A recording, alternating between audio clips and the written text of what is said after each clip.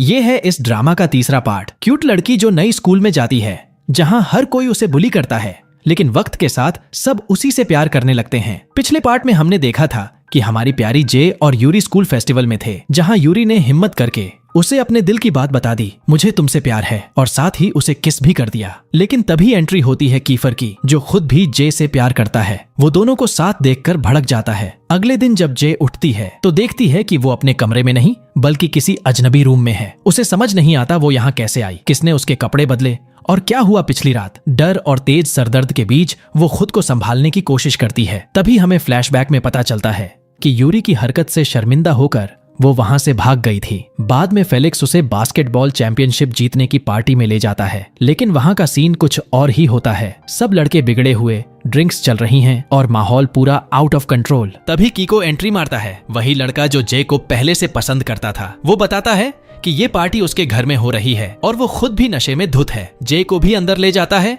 और सबको चिल करने को कहता है। अंदर सब मस्ती में झूम रहे होते हैं, कोई डांस कर रहा है, कोई बेवकूफी कर रहा है। एक लड़का फेलिक्स से कहता है, भाई इसको भी हिट कर दे, लेकिन जे शालीनता से बत्तख की तरह डांस करती है। सब हंस पड़ते हैं, खासकर फेलिक्स। तभी कीको जोर से बोलता है कि ये पार्टी फेलिक्स के लिए है क्योंकि उसने बास्केटबॉल जीता है। सब फेलिक्स के लिए चीयर करने लगते हैं। फेलिक्स। लेकिन हमारी जे को अचानक भूख लगती है। वो खाने की तलाश में घर में घूमने लगती है। तभी देखती है मीका किसी अजनबी लड़के के साथ खड़ी है। जे को लगता है कि मीका अपने बॉयफ्रेंड को धोखा दे रही है, तो वो जाकर उसे डांटती है। लेकिन सच्चाई कुछ और होती है। वो अजनबी असल में मीका का बॉयफ्रेंड ही होता है, जो पहचान छुपाने के लिए गेटअप बदल कर आया था ताकि कीफर को पता न चले, क्योंकि कीफर और कीको की दुश्मनी पुरानी है। सब तय करते हैं कि आधे घंटे में पार्टी छोड़ देंगे, लेकिन जे बाथरूम जाने का बहाना करके निकलती है और तभी एक नशे में धुत लड़का उसे देखकर अपनी गर्लफ्रेंड समझ बैठता है। वो उसके करीब आने की कोशिश करता है, पर तभी कीको पहुंच जाता है, उसे बचाता है और कहता है, ऐसे पार्टी में अकेली घूम रही हो, लोग क्या कहेंगे। मेरी पार्टी में आई और अकेली चली गई। वो उसकी फिक्र का बहाना बनाकर उसे अपने साथ टहलाने ले जाता है। धीरे धीरे उसे बार बार ड्रिंक ऑफर करता है और आखिरकार जे मजबूर होकर पी लेती है। वो फेलिक्स को लेकर जाने की सोचती है, लेकिन तभी देखती है फेलिक्स जमीन पर गिरा हुआ है, बुरी तरह से पिटा हुआ। तभी सबको पता चलता है कि ये एक ट्रैप था, इन्हें यहाँ फंसाने के लिए बुलाया गया था। फेलिक्स उसे कहता है, जय भाग जाओ, ये हमारे साथ प्लान किया गया है। लेकिन इससे पहले कि जय कुछ करे, उसे चक्कर आने लगते हैं और वो बेहोश हो जाती है। कीको हंसते हुए उसे उठाकर ले जाता है और तभी हमें पता चलता है कि उसने जय की ड्रिंक में कुछ मिला दिया था। तभी दूसरी तरफ कीफर और यूरी आगबूला होकर पार्टी की तरफ दौड़ते हैं। वहां उन्हें मीका और बाकी दोस्तों से पता चलता है कि कीको ने जे को किडनैप कर लिया है। उसी वक्त जे का कजिन अपनी गर्लफ्रेंड के साथ पार्टी पर पहुंचता है, जहां वो फेलिक्स को जमीन पर पड़ा देखता है। फेलिक्स आखिरी सांसों में कहता है, तुम्हारी कजिन खतरे में है, जल्दी जाओ। ये सुनते ही उसका कजिन आगबूला हो जाता है, पार्टी में सबको पीट देता है और पता चलता है कि जय ऊपर वाले फ्लोर पर है। वो अपनी गर्लफ्रेंड से कहता है, तुम भागो, मैं उसे बचाने जा रहा हूँ। इसके बाद कीफर और उसके दोस्तों की एंट्री होती है। वो सब उस जगह पहुंचते हैं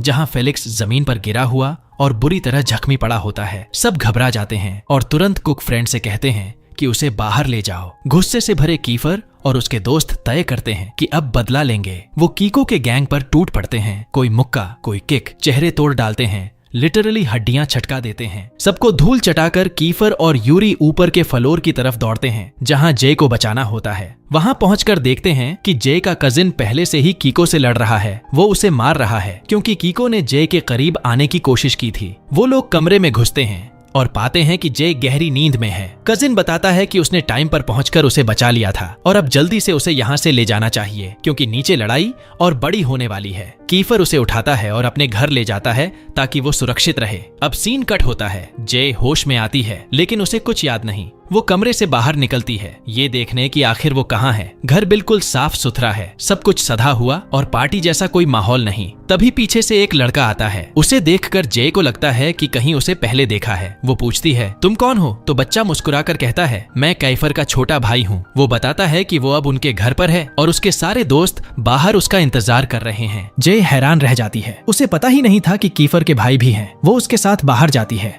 जहाँ सब उसे देखकर खुश हो जाते हैं कि वो अब ठीक है।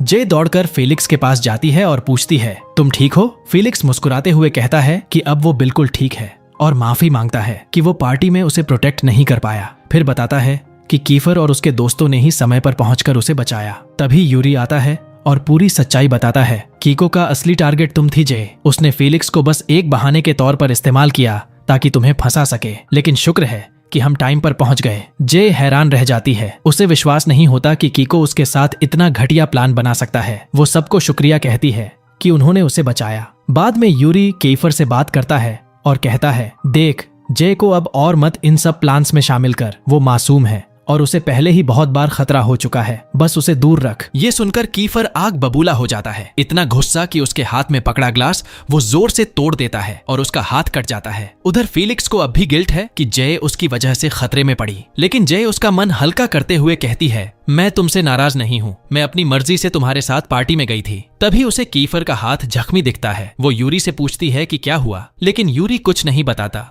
और उसे साथ लेकर नाश्ते की टेबल पर चला जाता है। वहां कीफर का छोटा भाई बहुत प्यारे तरीके से जे को कुर्सी खींच कर देता है। जे सोचती है, वाह, ये तो अपने भाई से बिल्कुल अलग है। तभी एक और छोटा बच्चा आता है और जे को पता चलता है कि वो कीफर का तीसरा भाई है, शरारती लेकिन बहुत क्यूट। वो कीफर से मजाक में कहता है, भाई तुम्हारी गर्लफ्रेंड तो बहुत खूबसूरत है। ये सुनकर सब हंस पड़ते हैं, बिल्कुल वैसा ही सीन जैसा कभी खुशी कभी गम में होता है, जब पूरा घर हंसी और शरारतों से गूंज उठता है। उधर जय अब भी थोड़ा नर्वस है। वो कहना चाहती है कि उसे घर जाना चाहिए वरना उसका कजिन परेशान हो जाएगा, लेकिन कीफर कहता है, उसे पता है कि तुम यहाँ हो, चिंता मत करो। ये सुनकर जय चैन की सांस लेती है और सबके साथ बैठकर खाना खाती है। माहौल पूरा फैमिली जैसा हो जाता है, हंसी मजाक, बातें और गर्मजोशी। फिर सब साथ स्कूल पहुंचते हैं, जहां टीचर क्लास को अलविदा कहती है क्योंकि आज सेमेस्टर का आखिरी दिन है और सबको छुट्टी मिलती है। जय बेहद खुश होती है। वो CIN से पूछती है कि उसके एग्जाम कैसे गए, तो वो बड़े कॉन्फिडेंस से कहता है, बहुत अच्छे, इस बार टॉप करूंगा। लेकिन जय को यकीन नहीं होता। वो कहती है, हाँ, अपने सपनों में। पर CIN को पूरा यकीन था। वो कहता है, चलो फिर एक डील करते हैं। अगर मेरे परफेक्ट मार्क्स आए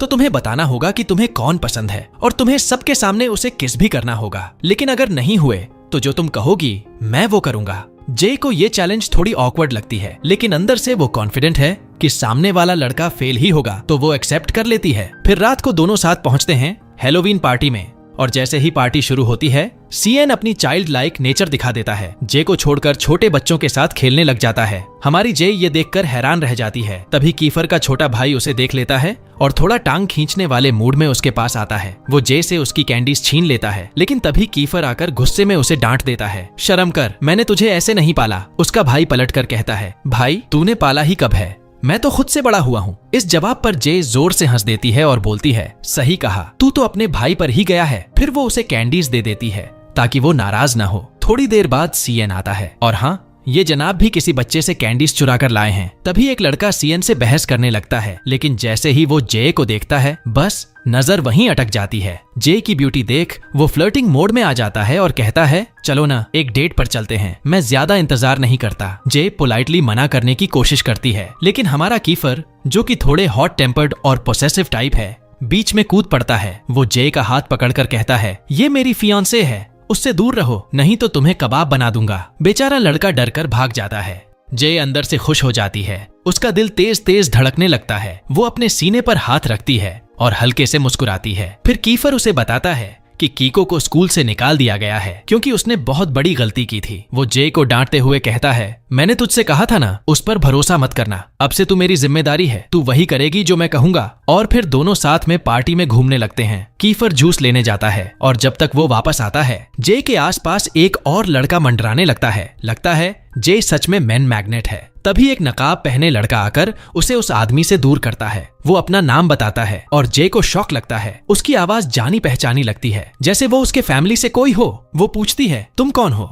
लेकिन वो सिर्फ उसका नंबर लेकर मुस्कुराता है और कहता है, मैं कॉल करूंगा, और चला जाता है। तभी कीफर लौट आता है और दोनों साथ बैठते हैं। कीफर नोटिस करता है कि जय मूड में नहीं है, तो पूछता है, क्या तुम मुझ पर जेलस हो? जय शर्माते हुए गुस्से में कहती है, कौन जेलस? मैं? प्लीज, कोई तुम्हें देखेगा भी क्यों, और मुझे क्या फर्क पड़ता है? लेकिन तभी एक लड़की कीफर के पास आती है और कहती है, क्या तुम मेरे साथ डांस करोगे? जय के अंदर आग लग जाती है। वो लड़की के बाल खींचने का सोचती है, मगर खुद को रोक लेती है। कीफर हाँ कह देता है, लेकिन जय को भी साथ खींच लेता है। चलो तुम भी डांस करो। जय डांस फ्लोर पर ऐसे मस्ती से नाचती है जैसे कोई परवाह ही नहीं, और कीफर उसे देखकर हंस पड़ता है। फिर म्यूजिक बदलता है। अब बजती है एक स्लो रोमांटिक धुन। काइफर मौका पकड़ लेता है, जे का हाथ थाम लेता है, धीरे से उसे अपनी ओर खींचता है और उसकी आंखों में देखने लगता है। जे का दिल जोर जोर से धड़कने लगता है, चेहरा लाल हो जाता है, लेकिन वो खुद को रोक नहीं पाती। वो भी उसकी बाहों में आ जाती है। दोनों उसी म्यूजिक पर खो जाते हैं, जैसे वक्त ठहर गया हो। उस पल में जे को सारे मोमेंट्स याद आ जाते हैं जब कीफर उसके साथ था, और उसे एहसास होता है कि वो उससे प्यार करने लगी है।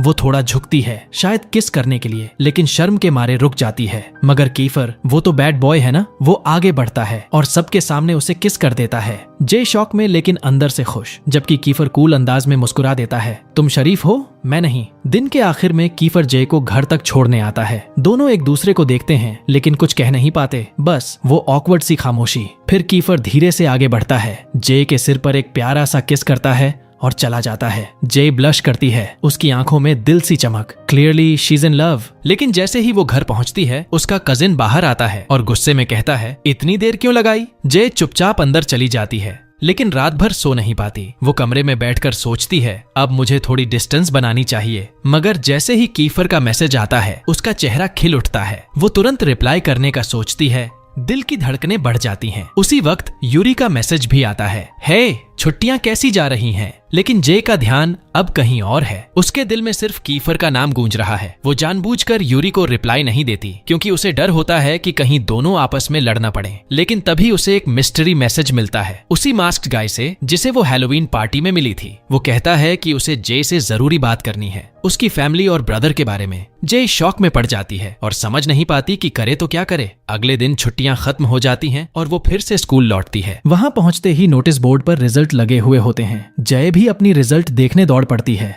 लेकिन सामने स्टूडेंट्स की इतनी भीड़ होती है कि वो पास तक नहीं जा पाती। तभी उसका एक क्लासमेट कहता है, थोड़े पैसे दे दो, मैं तुम्हें रिजल्ट दिखा दूं। जे मान जाती है और वो लड़का अपनी ताकत लगाकर भीड़ को धकियाते हुए उसके लिए रास्ता बना देता है। जे अपनी रिजल्ट देखकर खुश हो जाती है, लेकिन तभी उसे याद आता है सीएन के साथ किया गया बैट। वो क्यूरियोसिटी में उसकी रिजल्ट देखने जाती है और दंग रह जाती है। सीआईएन ने तो फुल मार्क्स ले लिए हैं। जे को झटका लगता है, क्योंकि इसका मतलब वो बैट हार चुकी है। वो डर के मारे उससे बचने की कोशिश करती है, लेकिन किस्मत को कौन टाल सकता है। सामने से सीआईएन आ जाता है और उसे याद दिलाता है कि अब उसे अपना वादा निभाना होगा। जय हैरान होती है कि आखिर उसने ऐसा कैसे कर दिखाया, तो वो मुस्कुराते हुए कहता है, जब मैं किसी चीज के पीछे लग जाता हूँ तो उसे पूरा करके ही मानता हूँ। वो उसे कुछ दिन की मोहलत देता है और चला जाता है। थोड़ी देर बाद यूरी आता है और जे से पूछता है कि वो उसकी मैसेजेस का जवाब क्यों नहीं दे रही थी। जे झूठ बोलती है कि वो बिजी थी और क्लास में चली जाती है। वहां उसकी नजर कीफर पर पड़ती है। अचानक उसके दिल की धड़कनें तेज हो जाती हैं, क्योंकि उसे डर होता है कि कहीं वो किसी को कल रात की बात न बता दे। जे जल्दी से बैग उठाकर निकलने लगती है, लेकिन कीफर रास्ता रोक लेता है। तभी सीएन भी वहां पहुंच जाता है और सबके सामने जे से अपने बेट को पूरा करने को कहता है। क्लास के सारे स्टूडेंट्स क्यूरियोसिटी में भर जाते हैं। सब जानना चाहते हैं कि आखिर बेट था क्या। जब सीएन उन्हें बताता है तो सब जय के चारों ओर घिर जाते हैं, ये सोचकर कि वो शायद उनमें से किसी एक को चुनेगी। जय घबरा जाती है और कीफर व यूरी दोनों खुश होते हैं, क्योंकि उन्हें लगता है कि जय उनमें से किसी को चुनेगी। लेकिन जय स्मार्ट है, वो दोनों को बेवकूफ बनाते हुए सीधा जाती है और बॉक्सर लड़के के गाल पर किस कर देती है। वो लड़का उस वक्त सो रहा होता है तो एकदम हक्का बक्का उठ बैठता है। जे कहती है, बाद में समझाऊंगी। बाकी सब लड़के शॉक में रह जाते हैं और जेलस होकर उस पूर लड़के को पीटने के लिए उसके पीछे भाग पड़ते हैं। इतने में जे के फोन पर फिर से मास्क्ड गाय का मैसेज आता है। वो कहता है कि वो उसे मॉल में मिलना चाहता है। जे तुरंत तैयार हो जाती है और स्कूल के बाद मॉल पहुंचती है, लेकिन तभी उसका कॉल आता है। वो कहता है कि वो नहीं आ सकता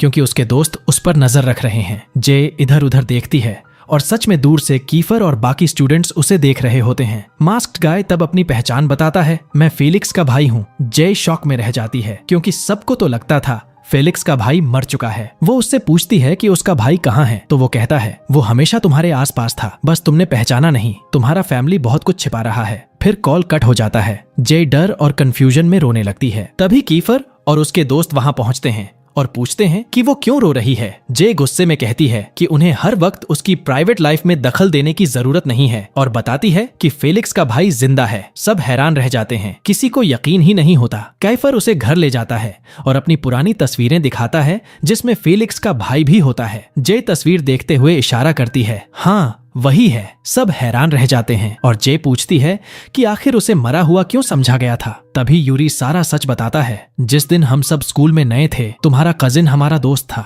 हम सब साथ में बीच गए थे। लौटते वक्त रात हो गई और हमारा एक्सीडेंट हो गया। मैं और कैफर गाड़ी से बाहर गिर गए, लेकिन तुम्हारा कजिन और फेलिक्स का भाई गाड़ी में फंस गए और वो पानी में गिर गई। लेकिन तुम्हारा कजिन किसी तरह बाहर निकल आया और हमने फेलिक्स के भाई को बचाने की कोशिश की, मगर बहुत देर हो चुकी थी। पुलिस ने कहा कि वो डूब गया होगा। तभी से सबको लगा कि फेलिक्स का भाई मर गया। जे की आंखों में आंसू आ जाते हैं। यूरी उसे वार्न करता है कि शायद फेलिक्स का भाई अब उसके करीब इसलिए आ रहा है ताकि तुम्हारे कजिन से बदला ले सके। जे डर जाती है और प्रॉमिस करती है कि वो अब उससे नहीं मिलेगी। लेकिन घर लौटने के बाद भी वो सोचती रहती है और तभी फेलिक्स का भाई जे को कॉल करता है। जे गुस्से में जवाब देती है और कहती है कि उसे सब कुछ पता चल गया है। वो पूछती है कि क्या वो उसे मैनिपुलेट करना चाहता है, लेकिन वो उसे भरोसा दिलाता है कि उसका मकसद उसे हर्ट करना नहीं है और समय आने पर वो सब कुछ बताएगा। जे का मन और उलझ जाता है और वह रात भर इस बात पर सोचती रहती है। अगले दिन उसकी नींद कम होने की वजह से वो क्लास में खुद ही सो जाती है। कीफर उसे देखता है और मौका पाकर उसकी तस्वीर खींच लेता है, लेकिन जे जाग जाती है और उसे फोटो डिलीट करने के लिए मोबाइल छीनने की कोशिश करती है। कीफर लंबा है और जे छोटी, इसलिए वो स्ट्रगल करती है, लेकिन यूरी उन्हें देख लेता है और नाराज हो जाता है। आखिरकार जे सफल होती है, फोटो डिलीट कर देती है, लेकिन कीफर के फोन में उसकी एक्स गर्लफ्रेंड की तस्वीरें देखकर उसे जेलसी होती है। वो गुस्से में आ जाती है और सीट बदलकर यूरी के पास बैठ जाती है, लेकिन कीफर पीछा नहीं छोड़ता। दोनों टॉम और जेरी जैसे दौड़ते रहते हैं और अंत में जे मजबूर होकर उनके बीच में बैठ जाती है। तभी टीचर क्लास में प्रवेश करता है और यूनिवर्सिटी एडमिशन फॉर्म्स बांट देता है। क्लास के अंत में कीफर सो जाता है और जे मौका देखकर रिवेंज लेने का निर्णय करती है। वो मार्कर लेकर उसके चेहरे पर ड्रॉ करती है। जब कीफर उठता है, क्लासमेट्स हंसते हैं और वो खुद को मोबाइल में देखता है। गुस्सा हो जाता है और यूरी से जे को पकड़वाकर उसके चेहरे पर मूंछें बना देता है। फिर वो अपने दोस्तों के पीछे दौड़ता है जो उस पर हंस रहे थे। इसके बाद जे अपने क्लासमेट के पास जाती है जिसने उसे रिजल्ट देखने में मदद की थी। वो उसे पैसे उधार देती है और क्लासमेट खुश होकर वादा करता है कि जल्दी ही पैसे लौट आएगा। स्कूल के बाद जे घर लौटती है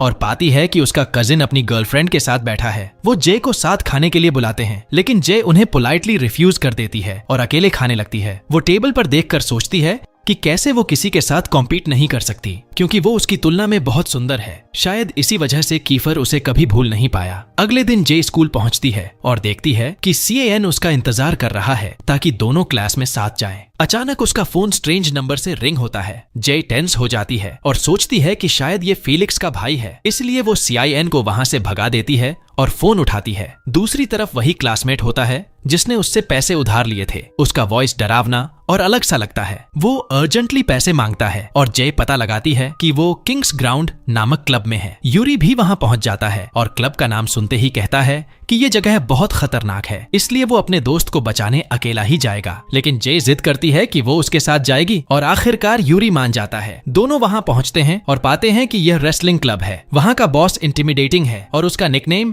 टाइगर है। वो बताता है कि उनके दोस्त ने बेट किया था और हार गया है, इसलिए अब उसे रेसलिंग मैच में भाग लेना होगा। यूरी चाहता है कि वो पैसे देकर दोस्त को बचा ले, लेकिन टाइगर रूल्स एक्सप्लेन करता है। यहाँ पैसे नहीं, ताकत चलती है। या तो वो लड़े या तुम उसकी जगह उतर जाओ। जे डर जाती है, यूरी को रोकने की कोशिश करती है, लेकिन यूरी के पास अब कोई दूसरा रास्ता नहीं होता। वो उसे भरोसा दिलाता है कि सब ठीक रहेगा और अपने दोस्त को कहता है कि जे का ख्याल रखे। फिर वो रिंग में उतरता है। लड़ाई शुरू होती है। यूरी और उसका प्रतिद्वंदी एक दूसरे पर जोरदार हमले करते हैं। पहले यूरी उसे हिट करता है, लेकिन अचानक फिसल जाता है। उसका विरोधी मौका पाते ही उस पर टूट पड़ता है और एक पंच में उसका जबड़ा तोड़ देता है। जय डर के मारे रोने लगती है, चिल्लाती है, यूरी उठो, हार मत मानो। उसकी आवाज सुनकर यूरी फिर से खड़ा होता है, जैसे जय की हिम्मत उसकी ताकत बन गई हो। वो पूरे जोश में फिर से हमला करता है और आखिरकार मैच को पलट देता है। वो सिर्फ जीतता नहीं, मैदान का हर कोना हिला देता है। आखिरकार वो है ही एक बैड एज हस्बैंड। इसी बीच कीफर वॉरिड होता है और डिमांड करता है कि जे का पता लगाया जाए। सबसे पहले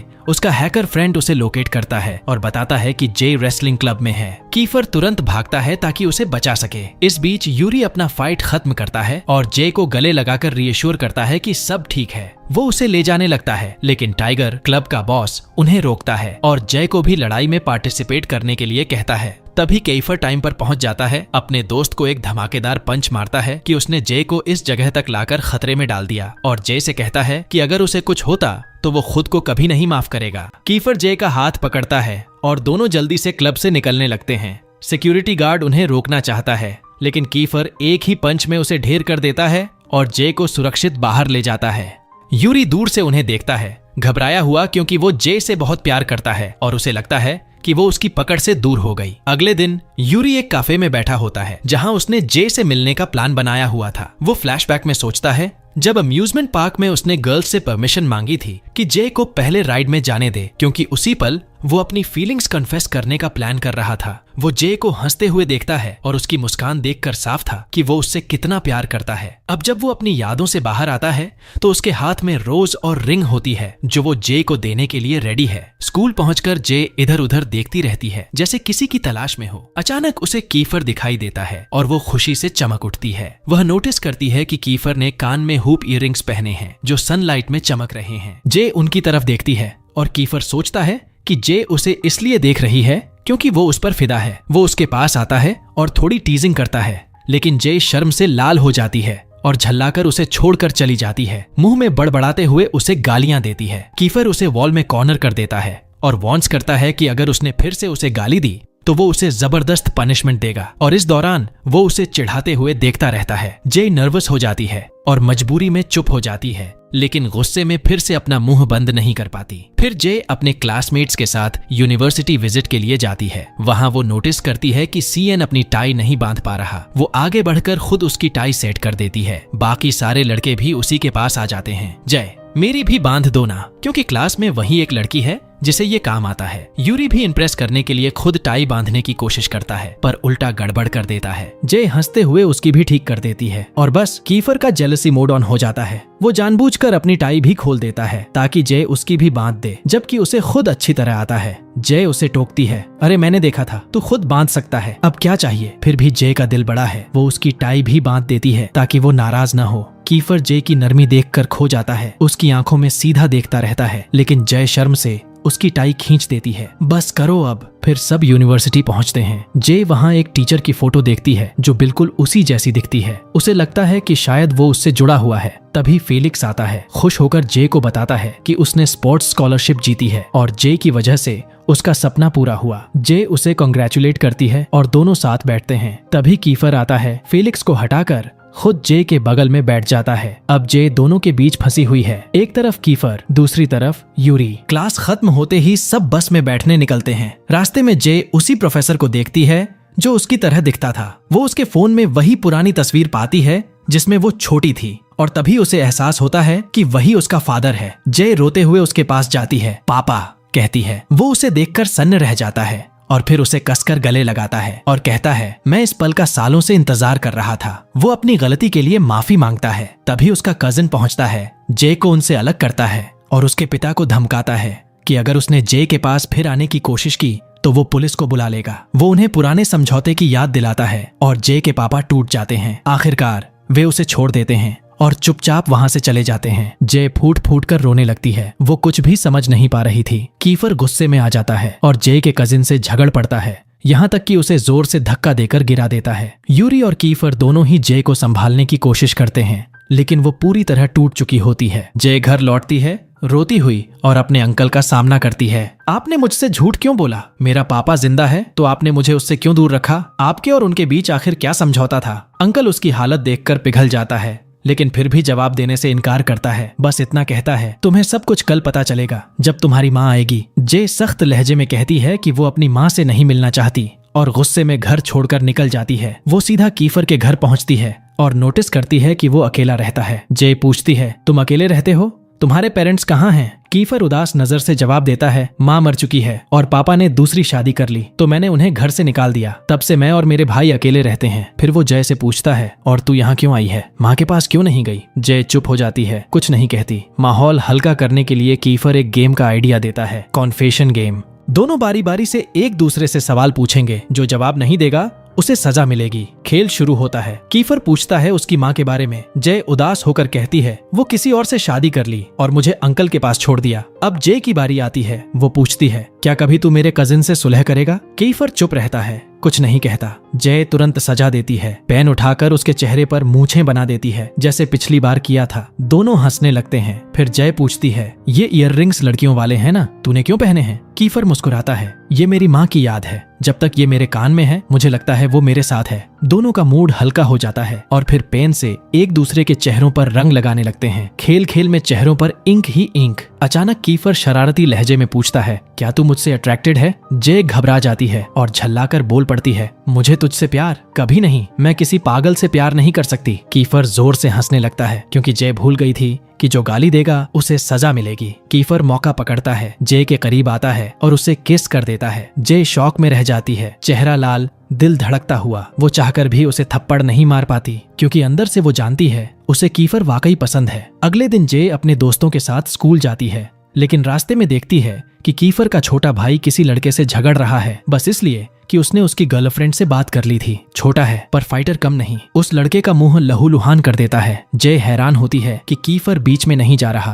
तभी यूरी आता है और कीफर के भाई को धक्का देकर रोकता है। कीफर को गुस्सा आता है और वो यूरी को मुक्का मार देता है। यूरी पलटकर जवाब देता है तो कीफर उसके कमजोर हिस्से पर किक मारता है और उसे नीचे गिरा देता है। जय आग बबूला हो जाती है। इनफ कीफर, गलती तुम्हारी और तुम्हारे भाई की है। वो यूरी को उठाकर उसकी मदद करती है और गुस्से में कीफर को वहीं छोड़ देती है। बाद में सब एक रेस्टोरेंट में बैठते हैं। जय को यूरी की सादगी और शांति बहुत भाती है। यूरी खुश होकर कहता है थैंक यू जय, तुमने मेरा साथ दिया, और फिर धीरे से आई लव यू कह देता है। लेकिन वो ये बात जापानी में बोलता है ताकि जय समझ न सके। सीएन माहौल हल्का करने के लिए कहता है देखो कीफर बुरा नहीं है, उसे अभी तक अपने किए पर गिल्ट हो रहा होगा। तभी कीफर वहां आता है, सबको डिनर पर ट्रीट देता है और सीधा यूरी के पास जाकर हाथ मिलाता है। No hard feelings. दोनों मुस्कुराते हैं। यही होती है असली दोस्ती। लेकिन जय अब भी नाराज होती है और कहती है तुम्हें माफी मांगनी चाहिए। मगर कीफर का तो ईगो बहुत बड़ा है। वो मना कर देता है और अपने स्टाइल में बोलता है अगर मैं तुझे तेरे पापा की लोकेशन बता दूं तो माफ कर देगी? जय के चेहरे पर मुस्कान लौट आती है। डील, अब तो मैं तुझसे कभी नहीं लड़ूंगी, अगली बार तेरे ही साइड रहूंगी। उधर जय का अंकल अपने परिवार के साथ बैठा बिजनेस की बात कर रहा होता है। कंपनी पर भारी कर्ज है और दिवालिया होने का खतरा मंडरा रहा है। तभी जय वहां आती है लेकिन सब उसे टाल देते हैं और कहते हैं कि थोड़ा आराम कर लो। जय के जाने के बाद अंकल कहता है हमें किसी अमीर की मदद चाहिए। यूरी के दादाजी हमारी कंपनी को बचा सकते हैं, इसलिए जय को यूरी से सगाई करनी होगी। अगले दिन स्कूल में यूरी जय से मिलने आता है और उसे लंच के लिए इनवाइट करता है ताकि उसकी मदद के लिए शुक्रिया कह सके। जय मान जाती है और दोनों उसी कैफे में जाते हैं जहां पिछली बार यूरी जय का इंतजार कर रहा था। लेकिन इस बार जय का दिमाग कहीं और खोया हुआ था। वो बस अपने पिता के बारे में सोच रही थी। यूरी नोटिस करता है कि वो बिल्कुल ध्यान नहीं दे रही। थोड़ा सा उदास होकर कहता है तुम मेरे साथ भी हो फिर भी कहीं और खोई हुई हो। जय तुरंत माफी मांगती है और उसके गाल पर हाथ रखती है और कहती है सॉरी, अब नाराज मत हो। यूरी का चेहरा लाल पड़ जाता है, एकदम उसके बालों के रंग जैसा। तभी अचानक कीफर वहां पहुंच जाता है। जय को देखकर गुस्से में भर उठता है क्योंकि वो उसकी कॉल्स इग्नोर कर रही थी। वो जय का हाथ पकड़कर कहता है चलो मेरे साथ, मुझे तुम्हारे पापा का पता चल गया है। लेकिन तभी यूरी भी जय का हाथ थाम लेता है। रुको जय, मुझे तुमसे एक जरूरी बात करनी है। जय असमंजस में पड़ जाती है लेकिन फिर यूरी से कहती है माफ करना, मैं लौटकर बात करती हूँ। यूरी मुस्कुराता है और बस इतना कहता है ठीक है, मैं यहीं तुम्हारा इंतजार करूंगा, चाहे जितना वक्त लगे। कीफर जय को उस जगह ले जाता है जहां उसके पिता रहने वाले थे। वो दोनों वहां पहुंचते हैं। जय बेसब्री से पूछती है क्या मेरे पापा अंदर हैं? लेकिन रिसेप्शनिस्ट बताती है कि वो आज सुबह ही सफर पर निकल गए। जय की आंखें भर आती हैं। मैं बस उनसे एक बार मिलना चाहती थी। कीफर उसे धीरे से गले लगा लेता है। रो मत, वो तुम्हें जरूर देखेंगे। दिन ढलते ढलते जय लौटकर फिर उसी कैफे में आती है और क्या देखती है, यूरी अब तक उसका इंतजार कर रहा होता है। जय शर्मिंदा होकर कहती है सॉरी, मैं लेट हो गई। लेकिन यूरी मुस्कुराकर कहता है कोई बात नहीं जय, अगर तुम्हारे लिए इंतजार करना पड़े तो जिंदगी भर भी कर लूं।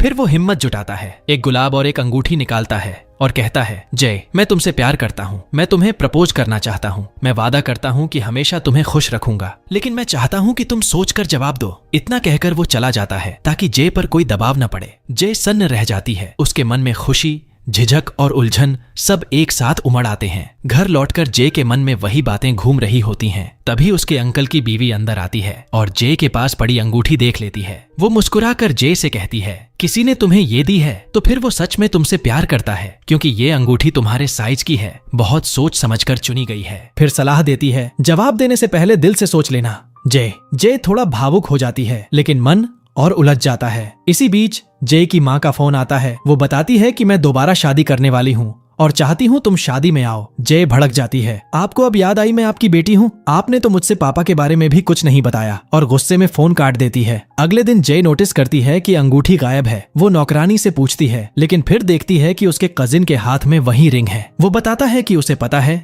ये रिंग सेक्शन ई के किसी लड़के ने दी है, और कहता है कि उनसे दूर रहो, वो हमारे लेवल के नहीं है। फिर प्रस्ताव रखता है, अगर तुम उनसे रिश्ता तोड़ दो तो मैं तुम्हारी मदद करूंगा तुम्हारे पापा से मिलने में, और तुम्हें सेक्शन ए यानी अमीरों के ग्रुप में ले जाऊंगा। जे हैरान रह जाती है, एक तरफ दिल, एक तरफ उम्मीद, और बीच में उसका खुद से सवाल, सही क्या है? अगले दिन स्कूल में सब न्यू ईयर की तैयारी में लगे होते हैं। जे खुश हो जाती है, सब एक साथ काम कर रहे होते हैं जैसे एक परिवार। वो भी मदद करने लगती है। तभी उसकी नजर कीफर के लॉकर पर पड़ती है, जहां एला नाम लिखा होता है। जे के दिल में जलन उठती है, लेकिन कीफर खुद जाकर वो नाम मिटा देता है। वो सब अब अतीत है। जे, अब मैं सिर्फ आज में जीता हूँ। जे मुस्कुरा देती है। उसे कीफर का ये बदला हुआ रूप बहुत अच्छा लगता है। उसी वक्त यूरी आता है। जे को सजावट लगाते हुए देखता है। क्योंकि वो नन्ही सी है, इसलिए ऊपर तक नहीं पहुंच पा रही। वो पास आकर उसकी मदद करता है। जे को एक अजीब सी धड़कन महसूस होती है। दिल दोनों के लिए धड़क रहा है, लेकिन समझ नहीं पा रही कि किसके लिए ज्यादा। वो अपनी क्लास के बाकी दोस्तों को देखती है, जो सब मिलकर हंस रहे होते हैं। जे की आंखें नम हो जाती हैं। उसे लगता है यही तो मेरा असली परिवार है।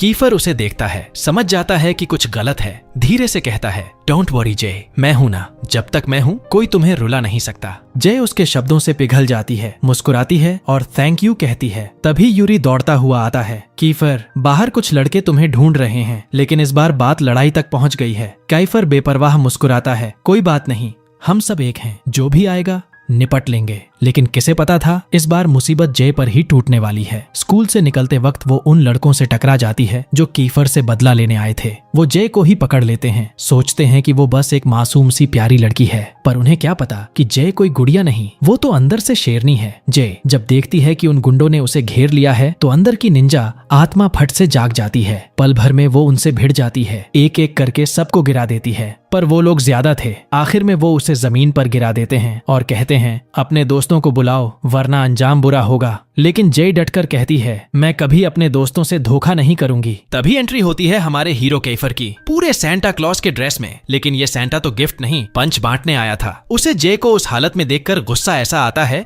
कि आंखों में आग भर जाती है। वो बिना सोचे सब पर टूट पड़ता है। एक को दाएं फेंकता है, दूसरे को बाएं, और बीच बीच में अपना सीक्रेट हथियार भी चलाता है और सेकंडों में सबको ढेर कर देता है। तभी वहां पहुंचते हैं यूरी और बाकी उसके दोस्त, और यूरी तो सीधे बोल देता है, जो भी जे के करीब आया अपनी मौत खुद लिख रहा है। सब मिलकर जे को संभालते हैं, उसे उठाते हैं और फिर साथ में वापस क्लास लौटते हैं ताकि न्यू ईयर का जश्न जारी रख सकें। जे सबको देख मुस्कुराने लगती है क्योंकि सबने पार्टी के लिए कॉस्ट्यूम्स पहने हुए हैं। कीफर बैग उठाता है और सेंटा बनकर सबको गिफ्ट बांटने लगता है। फिर शुरू होती है डांस परफॉर्मेंस। सबसे पहले सीएन डांस करता है और बाकियों को भी बुलाता है। जब जे की बारी आती है वो थोड़ा थकी हुई महसूस करती है और कहती है, कोई मेरी जगह डांस करे। तभी यूरी हाथ उठाता है, लेकिन कीफर को जलन हो जाती है और वो खुद आगे बढ़कर कहता है, मैं करूंगा। फिर सब मिलकर गेम खेलने लगते हैं जिसमें जो पहले हिलेगा वो हारेगा। जे की निगाहें कीफर पर अटकी रहती हैं और जब उसकी दोस्त मीका उसे देखती है तो पूछती है, तुम्हें कीफर पसंद है क्या? जे शर्मा जाती है और मना करती है, लेकिन मीका मुस्कुरा देती है क्योंकि उसकी नजरों ने सब बयां कर दिया था। गेम खत्म होने के बाद सब खाने बैठते हैं। जे नोटिस करती है कि यूरी अकेला बैठा उदास है। वो उसके पास जाती है, मुस्कुराकर माहौल हल्का करती है और कहती है, वैसे वो रिंग बहुत खूबसूरत थी, मुझे सच में पसंद आई। यूरी के चेहरे पर खुशी लौट आती है और वो जानबूझकर मजाक करने लगता है ताकि अपनी उदासी छुपा सके। लेकिन कीफर उन्हें साथ देखकर फिर से जलने लगता है, भले ही जे का दिल उसी की तरफ झुक रहा हो। तभी क्लास में हंगामा मच जाता है। कोई चिल्लाता है, भाई चिकन कौन खा गया? सब एक दूसरे को शक से देखते हैं। जे सिचुएशन संभालती है, दोस्तों शायद चिकन किसी की प्लेट में ही रह गया होगा। वो सबकी प्लेट चेक करती है लेकिन चिकन गायब। फिर जब वो देखती है कि CIN वहां नहीं है तो उसे ढूंढने लगती है और क्या देखती है, वो मेज के नीचे छुपकर पूरा चिकन अकेला खा रहा होता है। जय हंसते हंसते लोटपोट हो जाती है। सीआईएन शर्मिंदा होकर कहता है, माफ करना जय, चिकन ने मुझे बहका दिया, इतना जूसी था कि खुद पर काबू नहीं रख पाया। सब हंस पड़ते हैं। तभी उनका दोस्त शेफ अंदर आता है और बाहर के रेस्टोरेंट से ढेर सारा खाना लेकर आता है और पूरा ग्रुप फिर से जश्न में डूब जाता है। इसके बाद बॉक्सर जे को एक गिफ्ट देता है, एक नेकलेस जिस पर उसका नाम लिखा होता है। जे खुश होकर थैंक्स बोलती है, लेकिन बाद में पता चलता है कि असली गिफ्ट देने वाला कोई और था, फेलिक्स का भाई। खाना खत्म होते ही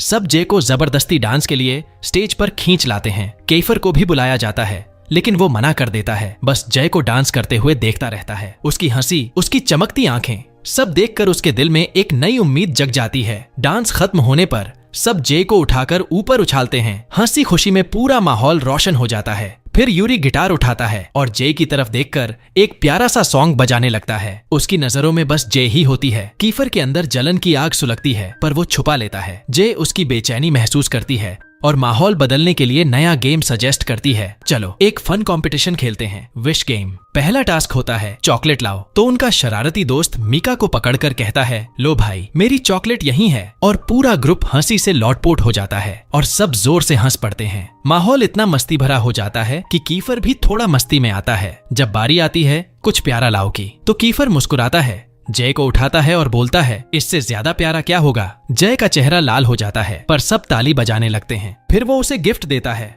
और जब जय खोलती है तो अंदर से निकलता है किसी का किंग साइज मजाक, इंडोमी नूडल्स का पैकेट। जय का चेहरा देखकर सबकी हंसी नहीं रुकती। यूरी तो बस वहीं बैठा जलता रह जाता है। तभी गेम में अगली रिक्वेस्ट आती है, बताओ जिसे तुम पसंद करते हो। और यूरी मौका नहीं छोड़ता, जय को सीधा अपनी बाहों में उठाकर सबके सामने बोलता है, दोस्तों ये रही वो जिससे मैं प्यार करता हूँ। पूरा क्लास शॉक्ड। जय शर्म से लाल और फौरन खुद को छुड़ाकर भाग जाती है। जाकर सीएन के पास बैठ जाती है ताकि माहौल थोड़ा नॉर्मल लगे। सब सोचते हैं कि ये तो बस मजाक था, लेकिन हमारे दिल तो अब तक धड़क रहे हैं। अब आती है गिफ्ट एक्सचेंज की बारी। सब अपनी अपनी गिफ्ट्स खोलते हैं, किसी को बेल्ट, किसी को हैंगर, किसी को टूटे खिलौने, और हमारे यूरी को मिलता है एक लेजेंडरी झाड़ू। पर मीका की गिफ्ट तो एकदम धमाकेदार निकलती है। उसने अपने बॉयफ्रेंड से लिपस्टिक गिफ्ट ली थी और वहीं सबके सामने उसे लगाकर गाल पर किस कर दी। पूरा क्लास चीयर करता है, वाह भाई आगे का सोच लिया इसने। जे जब अपनी गिफ्ट खोलती है तो अंदर से निकलते हैं मेंस क्लॉथ्स। सब हैरान। जे खुद सोचती है, क्या मैं अब लड़कों वाले कपड़े पहनने लगी क्या। उसे लगता है कीफर ने भेजी होगी, पर असल में वो सीएन की शरारत निकलती है। वो गुस्से में भागती है और कहती है, रुक जा सीआईएन, आज तेरे दांत अलग गिने जाएंगे।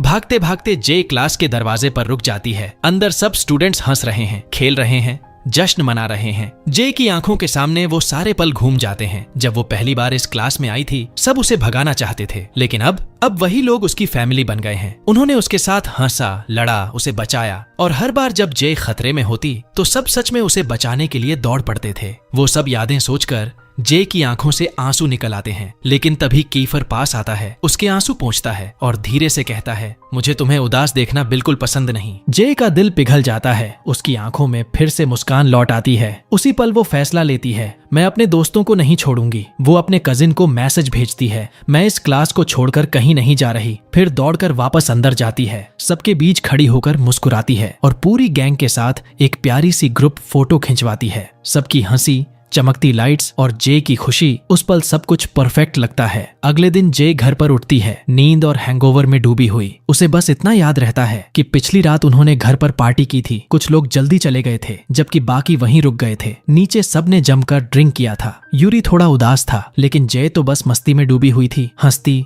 बातें करती, सबको हंसा रही थी। धीरे धीरे उसे कुछ कुछ याद आने लगता है और वो शर्मिंदा महसूस करती है। उसे एहसास होता है कि शायद कुछ बहुत अहम हुआ था, मगर वो ठीक से याद नहीं आ रहा। उसे याद आता है कि वो सीआईएन और फेलिक्स के साथ बैठी थी, तभी सब आकर ड्रिंक करने लगे थे। सब हैरान थे क्योंकि जे आम तौर पर नहीं पीती थी, मगर उस रात वो बस यूरी का ध्यान चाहती थी। यूरी उसके और करीब खिंचता चला गया, लेकिन जे इतनी ज्यादा नशे में थी कि उसे संभालना मुश्किल हो गया। धीरे धीरे सब सो गए। जे को भूख लगी तो वो नीचे गई कुछ खाने के लिए। तभी यूरी आया और उससे बात करने लगा, उसी प्रपोजल के बारे में जो उसने पार्टी में किया था। उसने कहा कि वो तब भी बहुत खूबसूरत लग रही थी जब वो गुस्से में थी। जे ने उसे टाल दिया, सोचते हुए कि वो नशे में है, लेकिन यूरी ने कहा कि वो सच में उससे प्यार करता है और जे बस उससे भाग रही है क्योंकि वो खुद भी कुछ महसूस करती है, मगर मानना नहीं चाहती। यूरी ने उसका हाथ पकड़ लिया, घुटनों पर बैठ गया और बोला, इस बार सीरियसली बताओ, क्या तुम मुझसे शादी करोगी? जय दंग रह गई। उसने सोचा भी नहीं था कि बात शादी तक पहुंच जाएगी। उसने कहा कि वो बहुत कंफ्यूज है और इतनी कम उम्र में शादी जैसी बात नहीं सोच सकती। यूरी का दिल टूट गया और वो चुपचाप चला गया। जय वहीं खड़ी रह गई।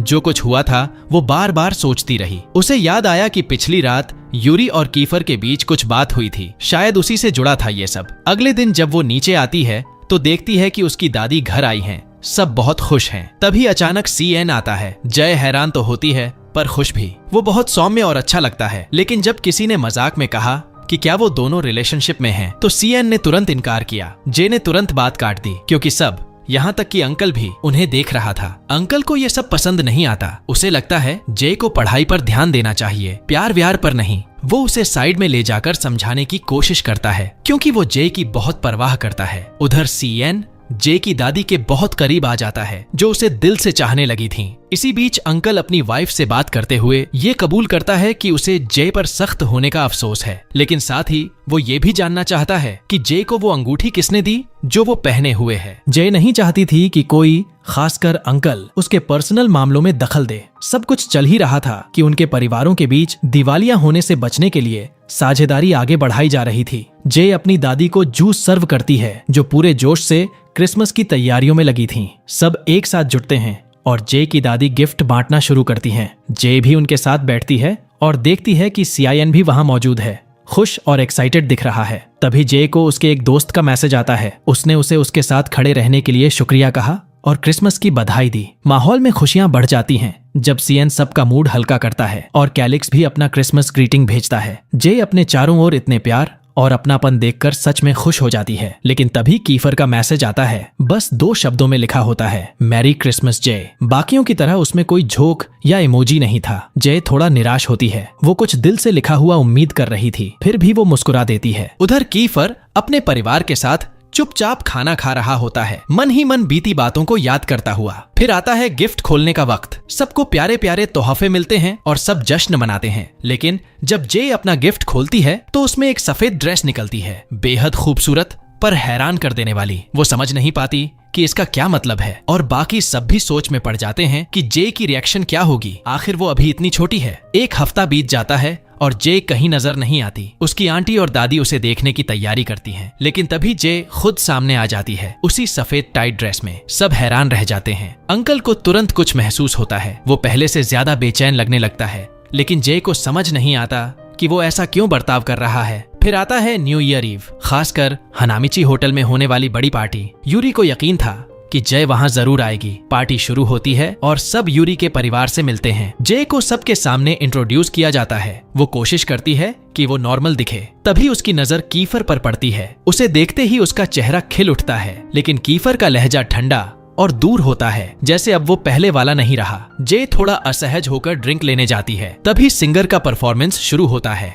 गाना वही होता है जो कभी कीफर ने जय के लिए गाया था। वो पल जय के दिल को गहराई तक छू जाता है। उसे एहसास होता है कि कीफर ही वो इंसान है जो उसे सबसे ज्यादा समझता है। जय खुद को रोक नहीं पाती और ड्रिंक करने लगती है। तभी यूरी वहां आ जाता है और सबके सामने जय को फिर से प्रपोज कर देता है। जय के पैरों तले जमीन खिसक जाती है। अभी कुछ दिन पहले ही वो जापान से लौटा था और अब सबके सामने डांस के लिए हाथ बढ़ा रहा था। दोनों का डांस बहुत खूबसूरत होता है, लेकिन हवा में टेंशन भरी होती है। सबकी नजरें उन पर टिकी होती हैं। कीफर साइड में खड़ा सब देख रहा होता है, दिल टूटा हुआ। डांस के दौरान जय और यूरी दोनों के चेहरे पर मिली जुली भावनाएं होती हैं, खुशी भी, दर्द भी। कीफर को एहसास होता है कि वो फिर से उसे खो रहा है और अपने दर्द को शराब में डुबोता है, जबकि जय मुस्कुराने की कोशिश करती है जैसे सब ठीक है। डांस खत्म होता है, नया साल शुरू होता है और सब मिलकर यूरी का बर्थडे सेलिब्रेट करते हैं। जय स्टेज पर जाती है और उसे बर्थडे सॉन्ग गाती है। कीफर की आंखों में आंसू होते हैं। कुछ देर बाद सच्चाई सामने आती है। दोनों परिवारों की पार्टनरशिप अब तय हो चुकी है और जय और यूरी को एक कपल के रूप में पेश किया जाता है। सब जश्न मना रहे होते हैं, लेकिन जय के अंदर तूफान चल रहा होता है। उसे लगता है जैसे किसी ने उसके साथ धोखा किया हो। कीफर सैड है। जय कुछ समझ नहीं पा रही और उसे यूरी के साथ जबरदस्ती भेज दिया जाता है। उसका परिवार गिल्ट में है कि उन्होंने जय को इस बारे में पहले क्यों नहीं बताया, और साथ ही थोड़ा गुस्से में भी। उन्हें लगता है कि यूरी के परिवार ने उनकी कमजोरी का फायदा उठाया। कीफर और जे दोनों टूट चुके हैं, लेकिन यूरी खुश है क्योंकि उसे आखिर वो लड़की मिल गई जिससे वो बरसों से प्यार करता था। जे बाहर से नॉर्मल दिखने की कोशिश करती है, लेकिन अंदर से वो बिखर चुकी है। उसे पता चलता है कि सब, यहाँ तक कि उसका परिवार और दोस्त भी इस एंगेजमेंट के बारे में पहले से जानते थे। अकेली और टूटी हुई जे पार्टी से रोते हुए निकल जाती है। उसे यकीन ही नहीं होता कि क्या ये सब सच है या कोई बुरा सपना। शादी का फैसला कैसे हो गया और उसे किसी ने बताया तक नहीं। बाहर अंकल उसे रोते हुए देखता है। वो कबूल करता है कि उसे सब समझाना था, मगर मौका नहीं मिला। उसकी आवाज में अफसोस झलकता है। वो कहता है, हमारे पास कोई और रास्ता नहीं था जय। हमारे परिवार का बचना इसी पार्टनरशिप पर निर्भर था। जय की आंखें भर जाती हैं और वो बस खामोशी से खड़ी रह जाती है, टूटे हुए दिल के साथ। अंकल जैसे इंसान से तो जय को सबसे ज्यादा उम्मीद थी कि वो उसकी जिंदगी के फैसले खुद नहीं करेगा। जय टूटे हुए लहजे में कहती है, हाँ मैंने बहुत गलतियां की हैं, सब कुछ ठीक करने की कोशिश में, लेकिन शादी के लिए मुझे मजबूर करना। मैं अभी बच्ची हूँ, मुझे पढ़ना है, काम करना है, अपनी जिंदगी खुद जीनी है। सब उसे समझाने लगते हैं कि शादी अभी नहीं होगी, बस एंगेजमेंट है, एक दूसरे को समझने का मौका। लेकिन जय के लिए वो अंगूठी उसकी उंगली पर नहीं, उसकी आजादी पर जंजीर लग रही थी। उसकी आंटी उसके दर्द को समझती है क्योंकि वो जानती है जय ये सब कभी नहीं चाहती थी, मगर बाकी सबको लगता है यही उसके लिए सही है। सब कहते हैं बस सगाई है, बड़ी बात नहीं, लेकिन जय के लिए ये दुनिया का सबसे बड़ा बोझ था। कोई अंकल को दोष नहीं देता। सब कहते हैं कंपनी डूब रही थी और यही एक रास्ता था उसे बचाने का। अब कीफर को सब सच पता चल चुका है और अंदर से वो जानता है कि वो जय को दोबारा खोना नहीं चाहता, लेकिन अगर वो ठहरा तो उसे यूरी और सबके साथ रिश्ता तोड़ना पड़ेगा। इसलिए वो एक कदम पीछे हट जाता है। फिर भी जब उनका गाना बजता है तो उसका दिल टूट जाता है। वो खुद से कबूल करता है कि वो हमेशा अपने पिता जैसा बनने से डरता था, ठंडा, कठोर और निष्ठुर। पर उसने कभी नहीं सोचा था कि वो अपनी माँ जैसा प्यार करेगा, पागलपन से, बेझिझक, बस दिल से। और अब चाहे जो हो, वो जय को फिर कभी जाने नहीं देगा। वो सीधे उसके सामने पहुंचता है। जय घबरा जाती है और पीछे हटने की कोशिश करती है, पर कीफर रुकता नहीं। वो सीधा पूछता है, क्या तुम यूरी से प्यार करती हो? जय के पास कोई जवाब नहीं होता। वो बस चुप खड़ी रहती है, आंखों में आंसू लिए। तब कीफर कहता है, या तो जवाब दो या मुझे किस करो। जय फिर भी चुप रहती है, बस रोती है। और उसी दर्द भरे सन्नाटे में कीफर उसे किस कर देता है। शायद वो अलविदा था या शायद कुछ और गहरा। जय उसे धक्का देती है, गुस्से और उलझन में चिल्लाती है कि वो ऐसा कैसे कर सकता है इस हालात में। लेकिन कीफर फिर से उसे कसकर अपने पास खींच लेता है और एक बार फिर उसे किस कर देता है, इस बार और गहराई से, जैसे दिल का सारा दर्द उसी पल में बहा देना चाहता हो। दोनों की आंखों से आंसू गिर रहे होते हैं। तभी डिंग, लिफ्ट खुलती है और कुछ लोग अंदर आते हैं। पल टूट जाता है। दोनों जल्दी से एक दूसरे से दूर हट जाते हैं, जैसे कुछ हुआ ही ना हो। लेकिन हवा में अब भी वो जलता हुआ एहसास बाकी रहता है। जय अपने परिवार को याद करती है जिन्होंने हमेशा उसकी रक्षा की, जबकि कीफर अपने सीक्रेट से पीछा नहीं छुड़ा पाता। दोनों खोए हुए हैं अपने ही जज्बातों में। जय चुपचाप चली जाती है। कीफर वहीं खड़ा रह जाता है, आंखों में दर्द और पछतावा। तभी यूरी आता है और बड़े नरमी से उसका हाथ पकड़कर कहता है, चलो सब इंतजार कर रहे हैं। जय खोई हुई सी उसके साथ चली जाती है। यूरी उसे रूफटॉप पर लेकर आता है। चारों तरफ खूबसूरत सजावट, लाइट्स और ठंडी हवा। वो उसे मुस्कुराने के लिए कहता है, थोड़ा हंसो, इस पल का मजा लो। दोनों चलते हैं और जय को हैनामिची फैमिली से मिलवाया जाता है क्योंकि उसने यूरी का प्रपोजल मान लिया था। सब टोस्ट करते हैं, ड्रिंक्स उठाते हैं, मुस्कुराते हैं, लेकिन जय के अंदर सब कुछ उल्टा पुल्टा है। वो बाथरूम जाने का बहाना बनाकर निकलती है और तभी कीफर फिर सामने आ जाता है। वो उसे एक बार फिर रोकता है। जय हैरान होती है, अब क्यों कीफर? वो भी टूट चुका होता है। कहता है, मैं अब तुम्हें रोकने नहीं आया, लेकिन डरता हूँ इस बात से कि तुम किसी और की हो जाओगी, जबकि तुम्हारा दिल अब भी मेरे पास है। वो उसकी आंखों में देखता है और कहता है, मैं देख सकता हूँ जय, तुम शादी से नहीं डर रही, तुम इस बात से डर रही हो कि तुम्हारा दिल किसी और के लिए धड़कता है। फिर वो सब कुछ साफ साफ कह देता है, मैं तुमसे प्यार करता हूँ और अब छुपाऊंगा नहीं। जय सन्न रह जाती है। तभी आसमान में पटाखे फूटने लगते हैं। न्यू ईयर का आतिशबाजी शो शुरू हो जाता है। जय उसकी आंखों में देखती है और अचानक उसे खींचकर किस कर लेती है। आसमान में रंग बरस रहे होते हैं और नीचे दो दिल एक हो रहे होते हैं। कीफर उसे और मजबूती से थामता है और दोनों का किस गहराता चला जाता है। उनका प्यार अब पहले से ज्यादा तेजी से जल रहा होता है, बिना डर, बिना झिझक। तभी परिवार के लोग पहुंचते हैं। यूरी की माँ अपने बेटे को दूर खड़ा देखती है, टूटा हुआ, अकेला, किसी का इंतजार करते हुए